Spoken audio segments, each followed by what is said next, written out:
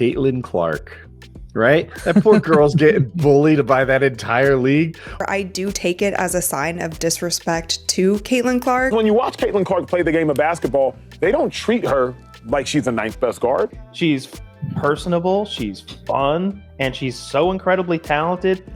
The WNBA has been exposed, and the shocking hate against Caitlin Clark is deeper than anyone expected. She's leading in attendance with 17,000 plus fans per home game, triggered a 1,000% spike in merch sales. That's more than any WNBA game in 20 plus years. But instead of being celebrated, she's getting hacked on the court and barely promoted by the league. You're doing all of this because you're trying to stop her because you know how lethal she can be on the court, or you're doing all of this because you don't like her.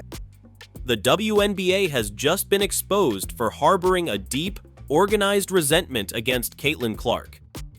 This isn't just drama or petty locker room beef.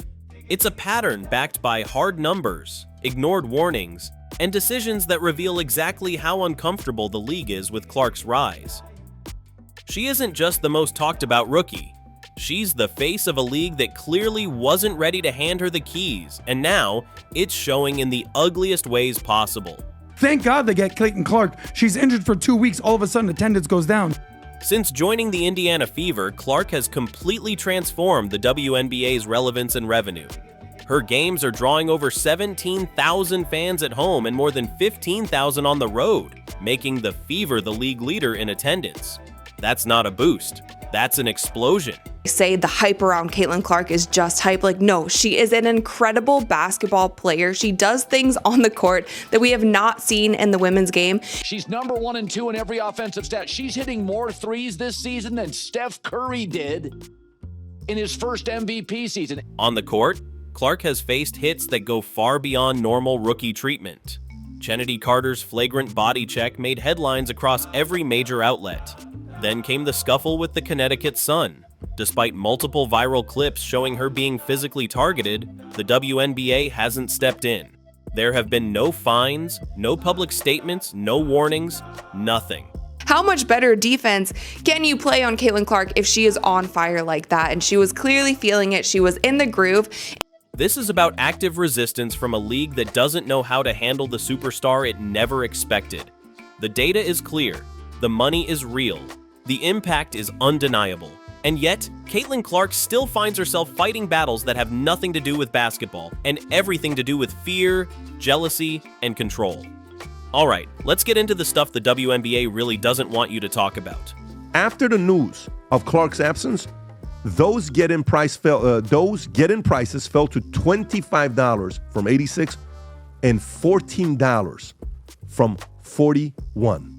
Let's start with attendance. Before Clark got to Indiana, the Fever could barely fill the lower bowl. Now, they're leading the entire league. At home, they're averaging 17,036 fans per game. On the road, over 15,000. And those fans aren't coming to see bench players do bounce passes. They're coming to see Caitlin Clark light it up from 30 feet. In fact, 4 teams had to move their home games to bigger arenas just to hold the Clark crowd. Preseason games were selling out. Let that sink in, preseason. And it doesn't stop in the seats. Over on TV, Clark is doing what no one in the league has done in 20 plus years, getting people to actually tune in. 6 different networks broke their own viewership records broadcasting her games. Then came the playoffs. When Clark played, the numbers hit 1.8 million viewers, the most since 2000. That's not just good, that's league-saving. Wow! Down 47% from the minimum $41 ticket price. Meanwhile, merchandise is flying off the shelves like it's Black Friday at Nike HQ. The WNBA saw a 1,000% spike in merch sales, and guess who's at the center of that? Yep, Caitlin. Her jersey's practically its own brand now. Arena shops are running out, online stores are back-ordered, and again, this is for a rookie. I just don't understand, if she is your 9th best guard in the league, why do you continue to game plan and play defenses the way that you do against her? Why would you need to pay such close attention to the 9th best guard in the league? But here's where it gets weird. With all these record-breaking numbers, you'd think the league would be putting her front and center in every commercial, trailer, social post, right? Wrong. The league barely features her in their own promos. They're pushing a team effort narrative, acting like Clark's just part of the pack. But when one person is driving the entire financial comeback of the WNBA, maybe you should put her on the damn poster. And here's where it turns petty. The jealousy is loud. It's not quiet, it's not coded, it's out in the open. We got ESPN again, once again, making complete idiots out of themselves when it comes to Caitlin Clark. Some players haven't even tried to hide it. One comment that made rounds was, "What does she bring besides threes?" The stats are right there.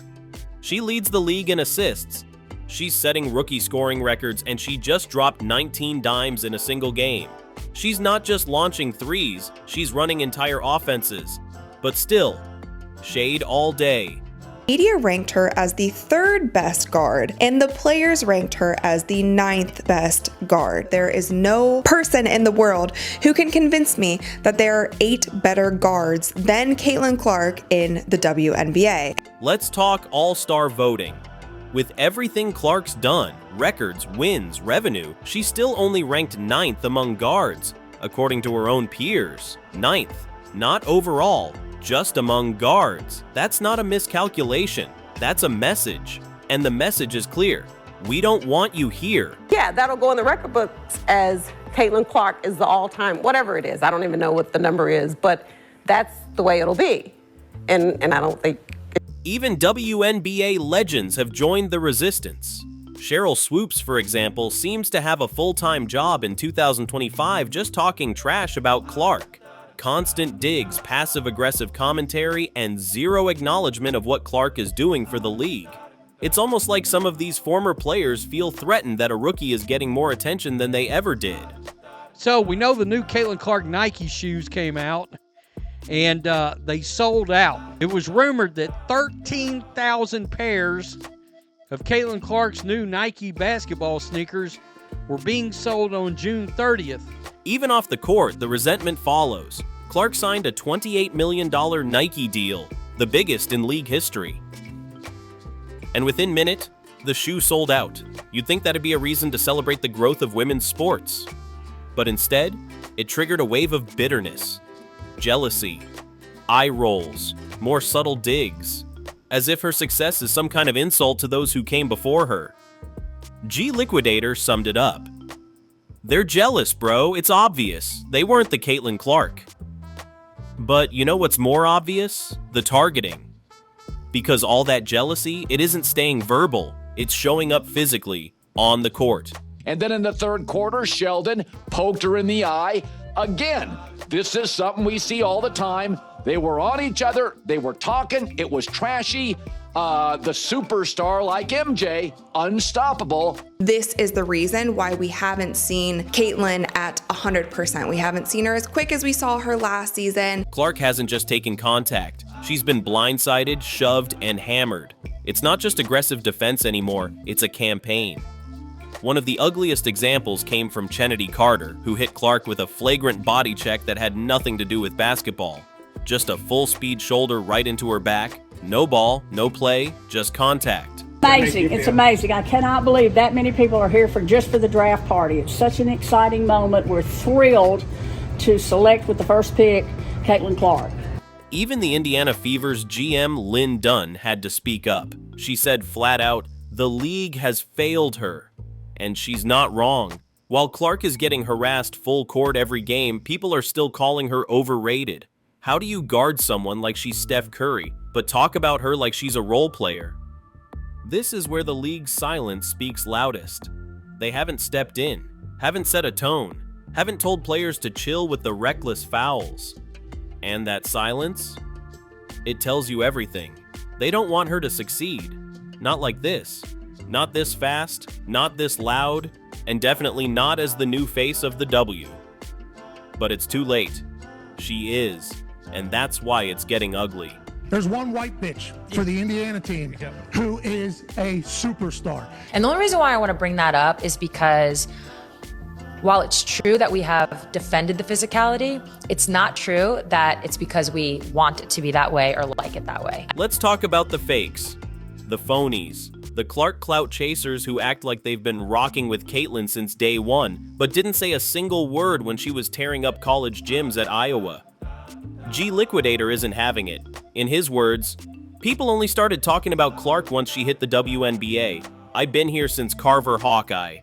And he's not lying. Why would you need to blitz her off of any screen? Why would you need to be physical with her if she wasn't that great of a player? Or you're just wasting your energy and you just simply don't like her. It's either one of the other. Media personnel are eating off her name like it's their last meal. They drop a Clark video and boom, views skyrocket. Revenue rolls in, and let's be honest, it's feeding families at this point. But supporting someone because it pays well isn't support, it's a cash grab. But here's the thing, it's not just about fake supporters. This whole situation is wrapped in a much deeper issue that the WNBA still doesn't want to deal with: race, respect, and who gets to shine. If that's any indication of what a Caitlin Clark signature shoe will do, I think Nike better continue to get on it and get ready to launch this brand for Caitlin. Caitlin Clark's rise isn't happening in a vacuum. It's triggering conversations that the league, and frankly the country, has been dodging for years. On social media, you'll find countless Black fans and players expressing frustration. Not always at Clark herself, but at the energy surrounding her. They're pointing out how some Clark fans attack Black players online, trashing them, diminishing their contributions, and weaponizing Clark's success against them. And what makes it worse? Many feel like Clark stays silent through it all. The WNBA has to be more serious in protecting one player over other players because of the physicality around how defenders now are with Caitlin Clark. There's also the double standard debate. When Clark complains to refs, like most stars do, she gets labeled a crybaby. Yet when LeBron James, the actual king of referee dialogues, does the same, it's just competitive fire. The criticism Clark gets doesn't always come from her actions. It comes from what she represents in the eyes of others. They may not be as loud on social media. They may not be as loud on these talk shows, talking and pushing out a narrative and pushing out an agenda. They learned that lesson last year. Ooh, not a good route to go. We need to conspire in the darkness. And this isn't just about Caitlin. This is about who the media elevates, who gets the branding deals, who gets the magazine covers, and who gets labeled the savior of the sport. That spotlight has historically ignored or underplayed Black excellence in women's basketball. So when Caitlin Clark becomes the face of the league overnight, after years of other stars grinding, it's bound to create tension. Some of it is fair, some of it isn't, but it's all real. Her being someone who can play really aggressive, hard basketball and competitive basketball and can, smack talk back and forth with other players is something that's part of her game and something that, should be celebrated. The WNBA, caught in the middle, is having an identity crisis. Do they fully embrace Clark as the engine of their revival, or do they hold back to maintain balance? Right now, they're choosing hesitation, and that's starting to look like fear. Which brings us to the biggest head-scratcher of all. The league still doesn't know what to do with her. 7 games, 1.6 million, 1.34 million, 1.26 million, you guys can see. And they're playing here against the Chicago Sky, against the Mercury, against the Lynx, against the Aces, against the Dream, and against the Mystics. It doesn't truly matter who the Indiana Fever is going up against. Let's be clear, Caitlin Clark isn't just a rookie, she's a brand, a walking economy, a viral machine. But somehow, the WNBA and even Nike, yes, Nike, have been fumbling the bag like they've never seen a generational talent before. There's no clear campaign, no unified branding strategy, no flagship promo that says, here she is, this is our superstar. Instead, it's a scattered mix of tweets, highlight clips, and cautious mentions. They're riding her wave, sure, but they're not driving the boat. And when you're given a golden ticket to transform the league and you're still acting like it's a group project, that's bad business. When it comes to Caitlin Clark, these players are not getting any better.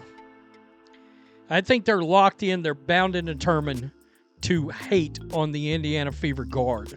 Clark has changed everything, from ticket sales to TV ratings, from jersey sales to national headlines. She's done more for the league in 6 months than some stars did in 6 years. And still, the people in charge are treating her rise like it's an inconvenience.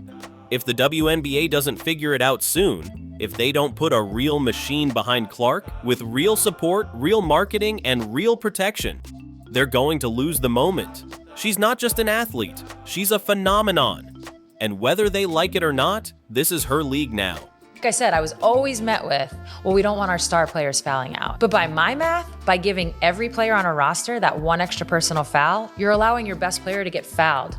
After all the fouls, the fake fans, the jealous jabs, and the league's radio silence, we're left with one big question. What kind of league does the WNBA really want to be?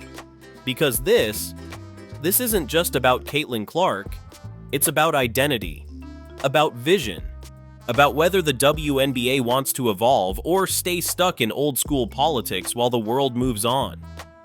Clark's greatness is undeniable. The numbers don't lie.